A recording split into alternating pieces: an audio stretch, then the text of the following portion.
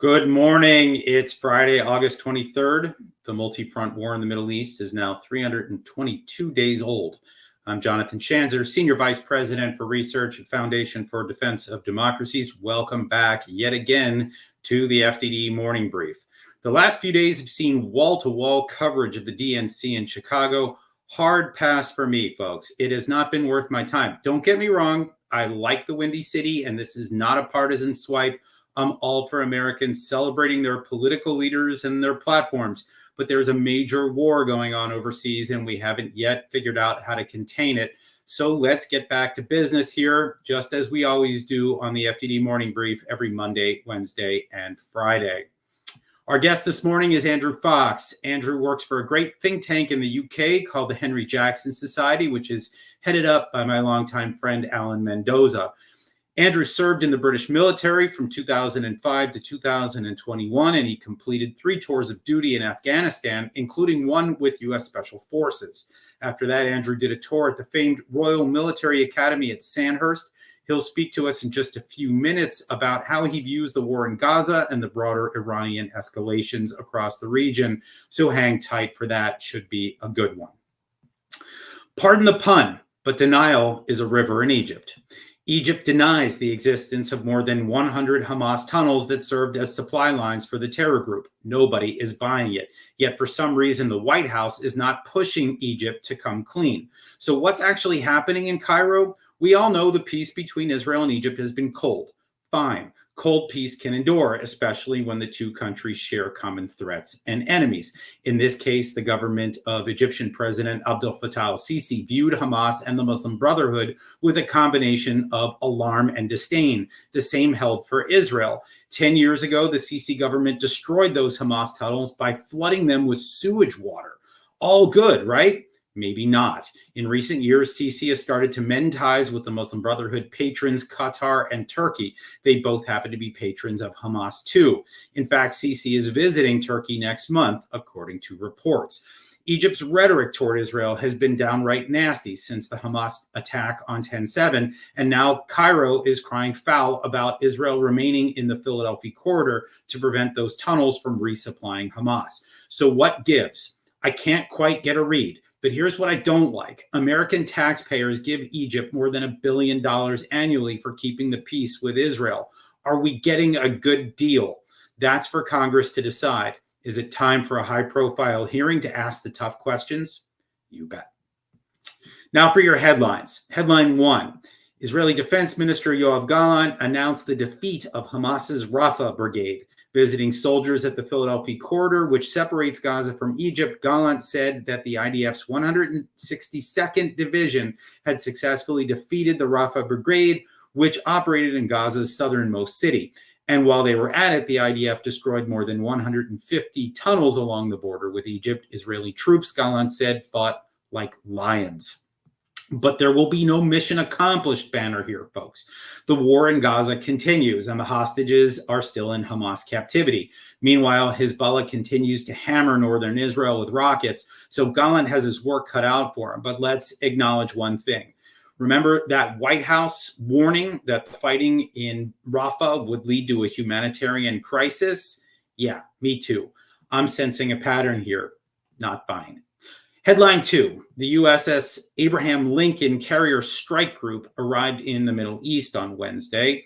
The Lincoln is an aircraft carrier, and it's accompanied by 3 guided missile destroyers. The Lincoln deployed to the Middle East from the Pacific earlier this month as Israel braced for an Iranian attack. Last week, U.S. Secretary of Defense Lloyd Austin ordered the Lincoln to, quote, accelerate its transit, end quote, to the region. But wait, there's more. Austin also ordered the USS Georgia guided missile submarine to the region.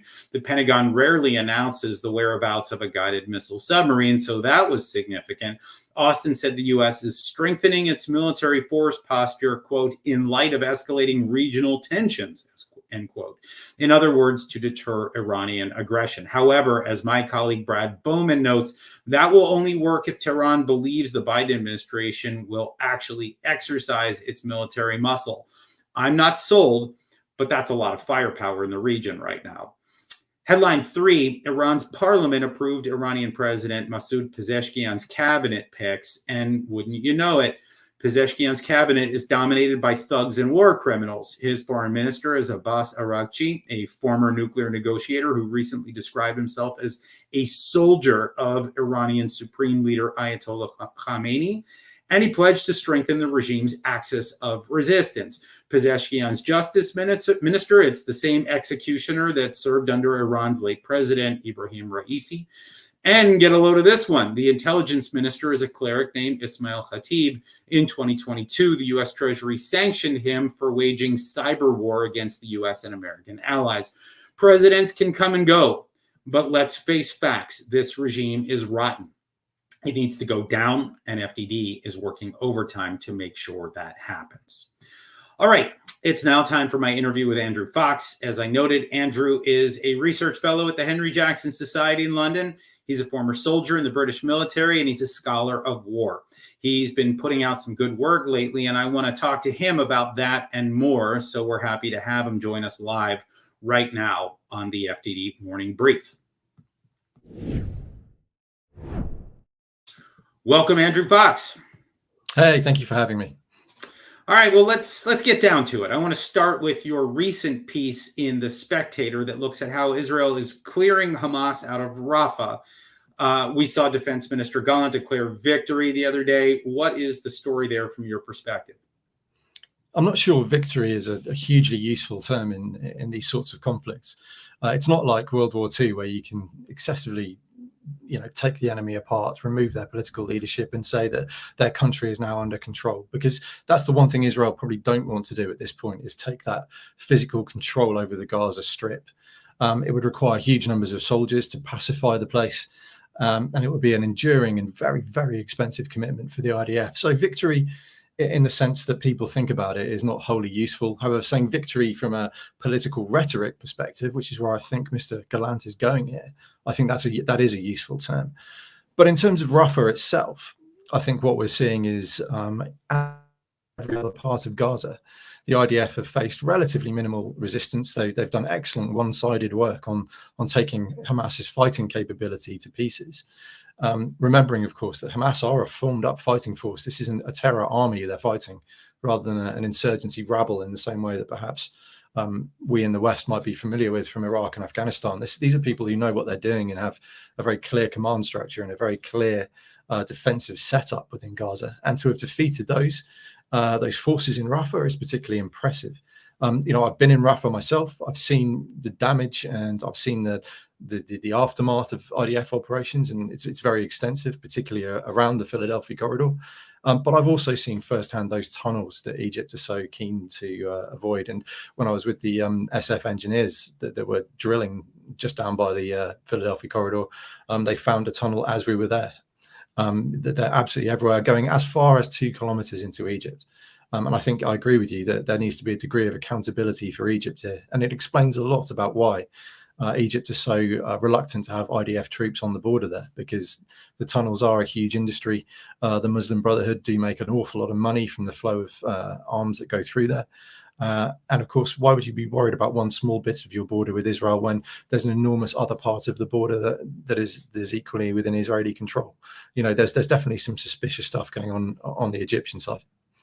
Absolutely. And as I said, I think it's time for the U.S. to dig into this, maybe the U.K. as well. Anyone that has considered Egypt even a nominal ally, I think it's time to hold this government to account. I do sense a certain amount of desperation on their part to try to prevent accountability, and I don't think we should allow it. I want to ask you just a little bit more about this. Let's call it a defeat for Hamas in Rafah, however we want to define it. But it's obviously not a Hamas defeat in Gaza writ large. The group looks like it's getting rocked, broadly speaking, if you ask me. I mean, I do get the sense that they're losing leadership, they're losing fighters, they're losing ground, but we are not seeing them give an inch on the ceasefire talk. So what's happening there? I think Hamas's leadership are entirely happy to keep sacrificing foot soldiers, keep sacrificing civilians for as long as it looks like they'll be able to retain control. And what's enabling them to retain control right now is the hostages. That is the flanker for this entire thing. From speaking with IDF targeting cells, I know that there is a no strike rule. If they think there is a hostage in the location that they're looking at striking, they will not drop anything. And of course, that gives Hamas's leadership an iron dome of their own, made of human beings. Morally reprehensible, but there's very little that anyone can do about it at this stage. And so we've got no real middle ground in the negotiations here, because Israel will only sign a ceasefire in return for the hostages. And the hostages are the one thing that are keeping Hamas's leadership alive right now. So until you get around that impasse somehow, and I suspect the only real solution will be either kinetic operations, where Israel takes far higher chances with the hostages' lives than they currently are prepared to, or it looks like a deal similar to the 82 Lebanon war, where Hamas's leadership get flown out to another country and leave the Gaza Strip behind. There's no other real solution here for a ceasefire, as far as I can see it. Yeah, I'm actually working on a piece right now that looks at that early 1980s model of trying to maybe broker an exodus. I do note that there were some news items about Yahya Sinwar making demands that he personally be allowed to survive in the event of some kind of brokered deal, which is, of course, not something the Israelis are going to want to deal with either. I would also maybe just note here that, the two war aims that Israel has declared here, the defeat of Hamas and the securing of the remaining hostages, that's been at friction from the start.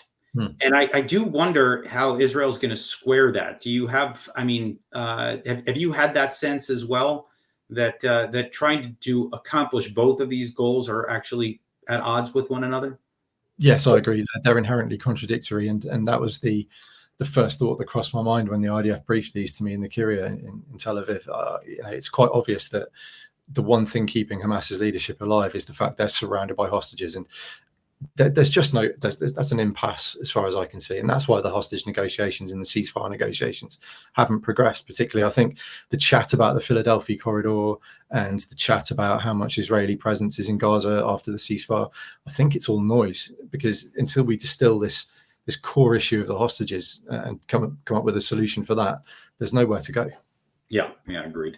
All right, well, shifting gears, you've done some interesting work on Hamas information operations. What can you tell us about that? So my assessment of Hamas's war aims is twofold. Firstly, they want to survive with a chance of retaining power within Gaza at the end of the war. And secondly, they're trying to degrade Israel on the international stage, and they've done that very well. And I think they've, in terms of the information war, they've won it comprehensively on the world stage. A variety of reasons for that. One of them is clearly anti-Semitism, and they're pushing it at an open door with that. But I don't think that's everything, because their campaign has been entirely designed around emotion.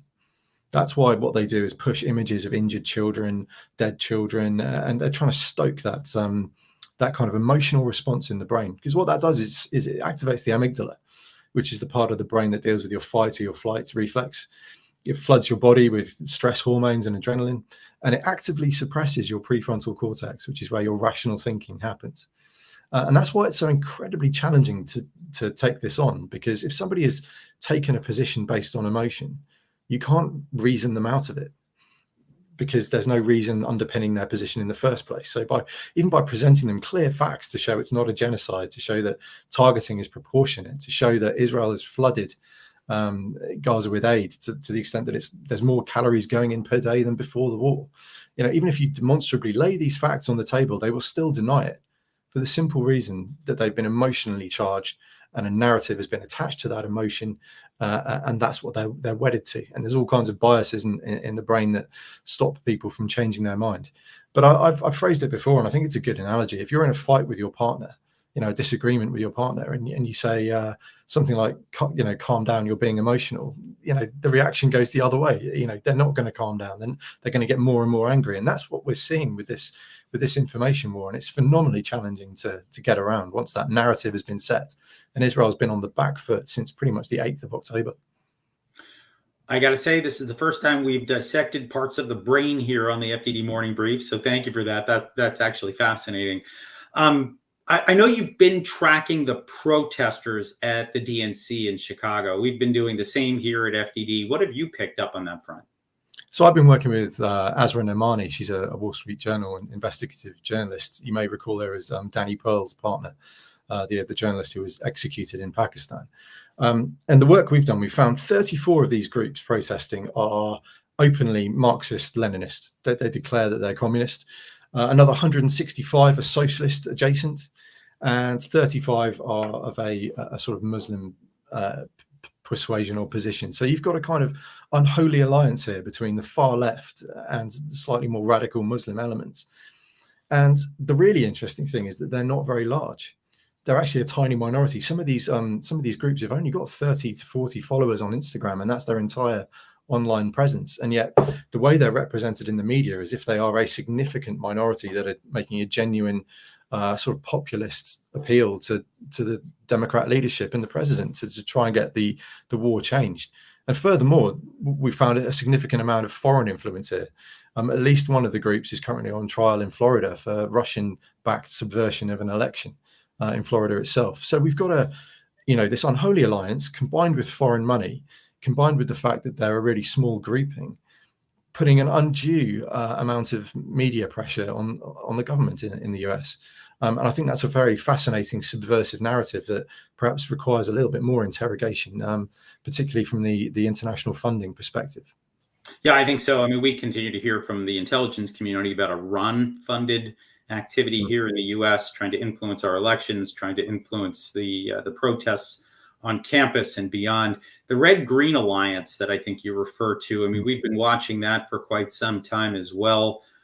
Those numbers, I think you're absolutely right. They're small, all things equal. I think even on campus, it's relatively small, but they're vocal.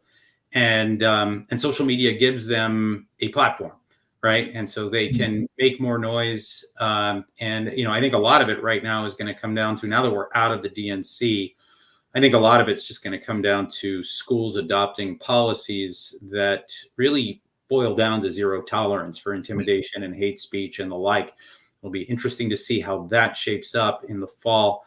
I want to ask you, with a couple of minutes that we have left here, as a man who studies war, where do you see this whole thing going? Do you think the Iranians want an off-ramp? I continue to hear from Israeli contacts of mine that nobody actually wants a war, not Hezbollah, not Iran, not Israel. And yet we continue to watch the war kind of slide backwards into a very dangerous place. So what's your assessment? Where do we go from here? Iran knows that their options are limited. They've got the ring of steel or the ring of fire around Israel through their proxies, but what they haven't got is a particularly effective military of their own in Iran. Compared to the Israeli Defense Forces, they wouldn't stand a chance in a toe-to-toe conflict. So if any response Iran does has to stay below that threshold where they provoke a serious Israeli response. Added to which, as you mentioned, you've got a huge American physical military presence in the Gulf now, or in the Mediterranean. And they're in a position where they could be doubly humiliated. They've already had Hania killed on their turf. They've already had that international embarrassment of showing that they can't even prevent something happening in their own capital city. If they then try and launch something and it just turns out to be a damp squid like last April, it's a double humiliation. So I think that's why we're seeing Iran delaying or at least de-escalating in some way, not to mention the fact it puts pressure on Israel for the hostage negotiations.